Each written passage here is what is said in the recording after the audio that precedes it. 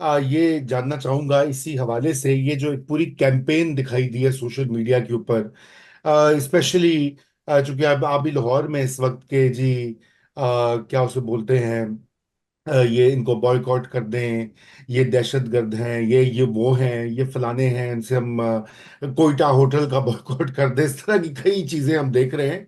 ये भी एक बहुत खतरनाक चीज है कि इस मामले के बाद, अगरचे कि ये बहुत, जैसे कहा इजाज साहब ने, कि ये पहला वाकया नहीं है और बड़े अंदोनाक वाकये हुए हैं, कोई भी पाकिस्तानी फ्री है कि वो किसी भी शहर में किसी भी सूबे में जाके काम करे, अगर लेबर जाती है यहाँ से बलूचिस्तान तो, और इसी तरह पख्तून और बलोच वो भी तो दीगर इलाकों में आते हैं, कराची में तो भरे हुए हैं, और इलाकों के लोग, एक कॉस्मोपॉलिटन शहर है, तो आप उसके ऊपर पाबंदी तो नहीं लगा सकते। लेकिन पंजाब से जो रवैया, और खुसूसन पीएमएलएन के जो सपोर्टर्स हैं, मैंने उनको देखा है कि वो बड़े शरीफ किस्म के, एक उन्होंने एंटी बलोच लाइन दी हुई है, कि उसमें वो बिल्कुल एलिमेंट है ही नहीं है कि देखिए ना, मिलिटेंट्स एक तरफ है, लेकिन जो दीगर लोग जो कि अपने हकूक का तकाजा या मुतालबा करें, वो और लोग हैं, और एक बहुत बड़ा ग्रुप है बलूचिस्तान का, अक्सरियत ये समझती है कि उनके साथ ज्यादती हुई है। जी, बुखारी साहब।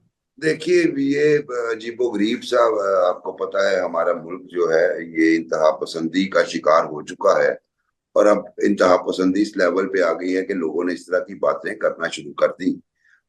ये मैं लाहौर में बैठा हूँ, पंजाब यूनिवर्सिटी मेरे बिल्कुल करीब है, जहाँ पे बलोच स्टूडेंट फेडरेशन जो है वो उनका बाकायदा एक ऑर्गेनाइजेशन, अगरचे पाबंदी है लेकिन वो उनका ग्रुप वहाँ पे एग्जिस्ट करता है।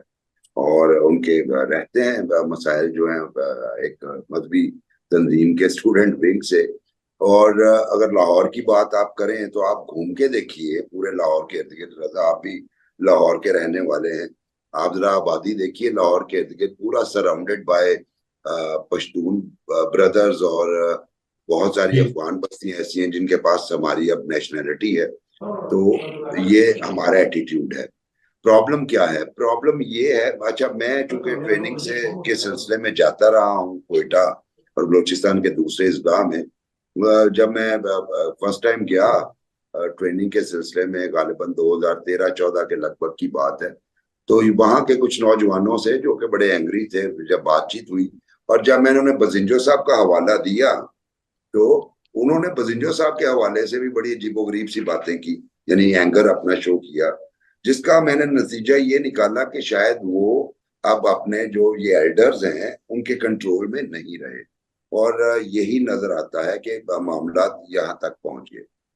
अब फर्दर दो चीजें हैं। ये जो पीएमएलएन वाले हैं, जो सोशल मीडिया पे बलोच बरादरी को ट्रॉल कर रहे हैं, उनके लिए मेरा सिर्फ एक सवाल है कि एक वक्त में पंजाबी तालिबान बड़े मशहूर हुए थे, जिन्होंने मुल्क के तूलो अर्ज में दहशतगर्दी कर दी थी।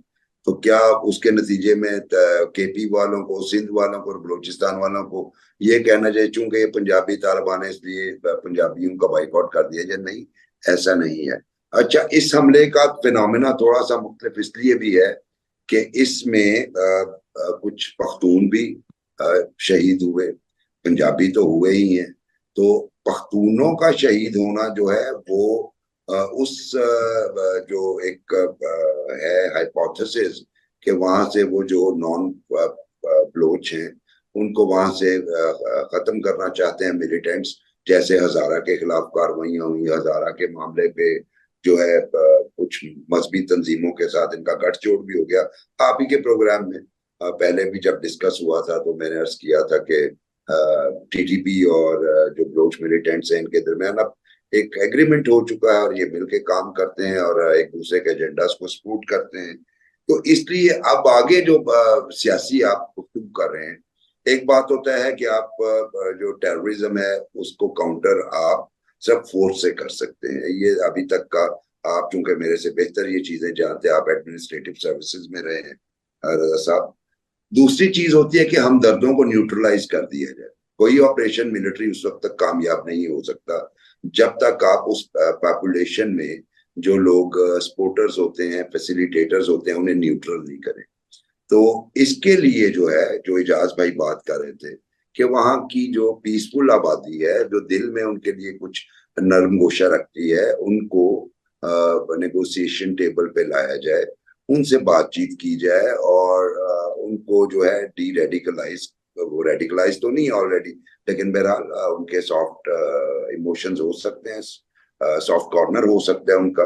तो उसके लिए जो इजाज भाई ने कहा कि जो उनका हिस्सा बनता है वो दीजिए, और जब आप आबादी के मेजर चंक को न्यूट्रल कर देंगे, उसके बाद उन्हें जब आप हेवंस नहीं मिलेंगे, हाइड आउट्स नहीं मिलेंगे, तो उसके बाद उनके खिलाफ ऑपरेशन करना आसान हो जाएगा।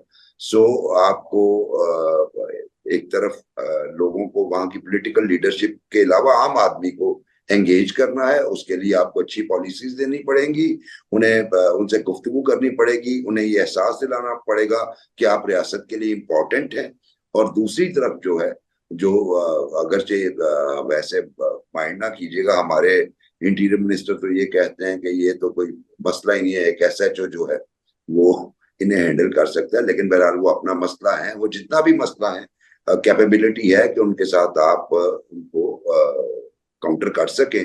तो ये बैक वक्त पैरेलल आपकी पॉलिसी जानी चाहिए कि जो मिलिटेंट्स हैं, जो आपसे बातचीत नहीं कर रहे, उनके खिलाफ आप ऑपरेशन कीजिए, ऑपरेशन जारी है जैसे इजाज साहब ने कहा, और बिल्कुल ऐसे ही है, इंटेलिजेंस बेस्ड ऑपरेशन कर रहे हैं।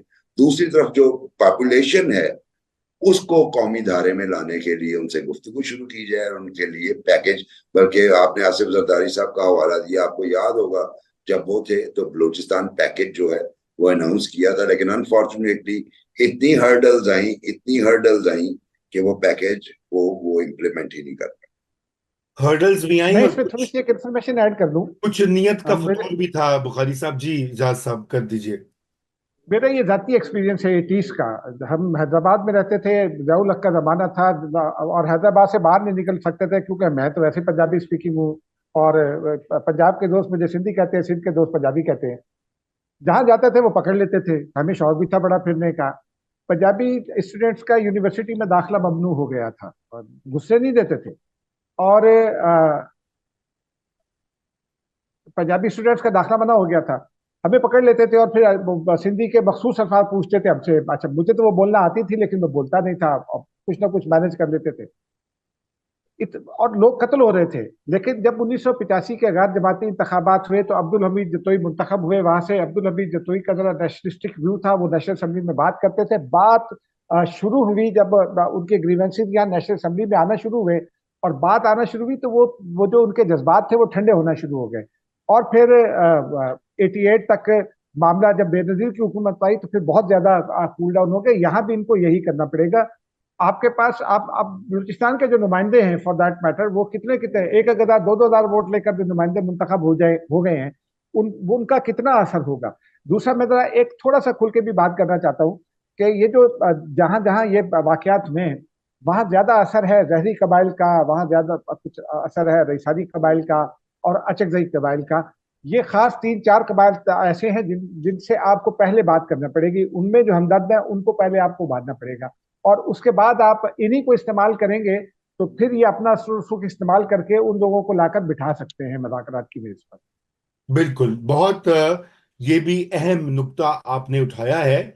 मगर अगर मैं आप दोनों की बात को समराइज करूं तो बात यह है कि पॉलिटिकल डायलॉग और इनिशिएटिव की अशद ज़रूरत है, और वो उसकी कमी जो है या उसको सीरियसली नहीं लेना, वो एक बहुत बड़ा जो मौजूदा क्राइसिस को हवा दे रहा है।